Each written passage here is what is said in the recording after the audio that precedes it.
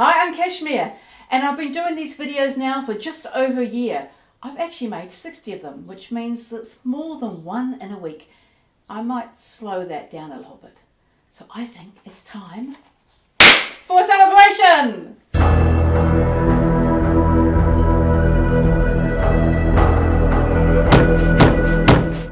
Hi, I'm Kashmir, and for this 1 year anniversary video, I wanted to have a look at some of the myths that I've covered, because that was the main focus of actually starting this video series, was to dispel all the fake news out there, all the myths that people get told by their teachers and just stick in their heads.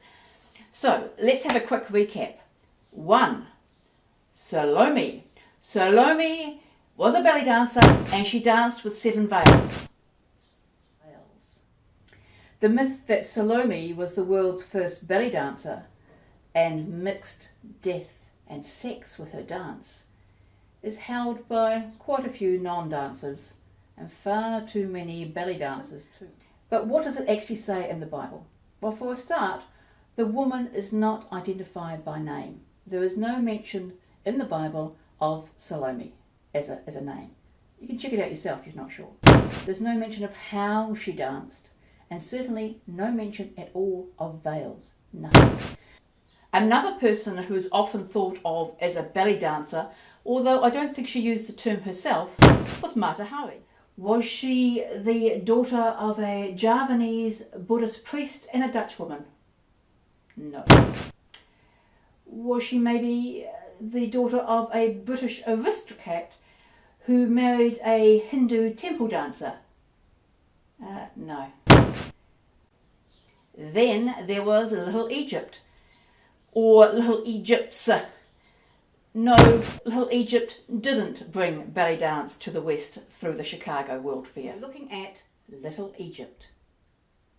First, was there belly dance in Chicago in 1893? Yes, no question. Was belly dance? Was this the first time the general public in the West saw Middle Eastern dance, or actually even saw belly dance? Nope. First time was London, 1851.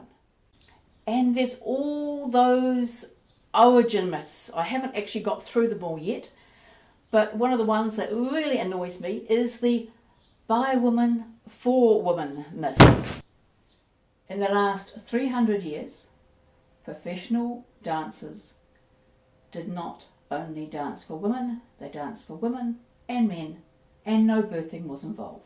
Professional male dancers, especially for Oriental as opposed to folk, is less common, but it is there. As far back as 1801, there were professional men listed in the guild. There was actually a guild for professional male dancers. Another one that just won't go away is that belly dance is from India. Strange. No Indian dancers look anything like belly dance. They have lots of dance styles. They have at least 9 classical forms and hundreds of folk styles, but none of them actually look like belly dance. That's not to say that there aren't Indian dancers out there who learn and perform belly dance, just like they do in Japan and New Zealand, Germany, everywhere. But it's not a native style. Mahmoud Rida created a dance with Malayalam. I think most people realise it's a made-up dance. But it still persists that somehow it's about whores trolling for sailors on the docks.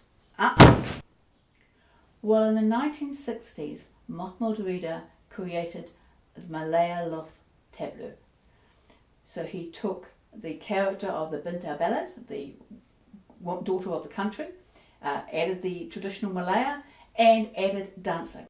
And what about the confusion in some people's mind between belly dance, exotic dance, stripping, lap dance and prostitution? What have they all got in common, if anything? It didn't make belly dance prostitution, or belly dancers prostitutes, any more than police women or nurses are prostitutes, because sometimes prostitutes use a persona of a nurse or a policewoman or a teacher or governess or what. Let's get into some of the more academic myths, like origins of words. The word belly dance can be easily traced back to the French danse de ventre. However, some people insist on it coming from the term belly dance, which of course doesn't exist. The term is Raqs, Kashmir, and one of the first references in English to the term belly dance occurred in 1893 at the Chicago World Fair. It's usually credited to Saul Bloom. Taksim has two myths associated with it. One is it's spelt with an X. There are no X's that are used in transliteration of Arabic, and that it is a hip movement. But a Taksim is something a little bit different because it has an independent meaning. It has a meaning outside of the dance community. A quick comment on the transliteration. It is not done with an X. There are no Arabic letters that are transliterated with an X. It's our good old friend, Raqs.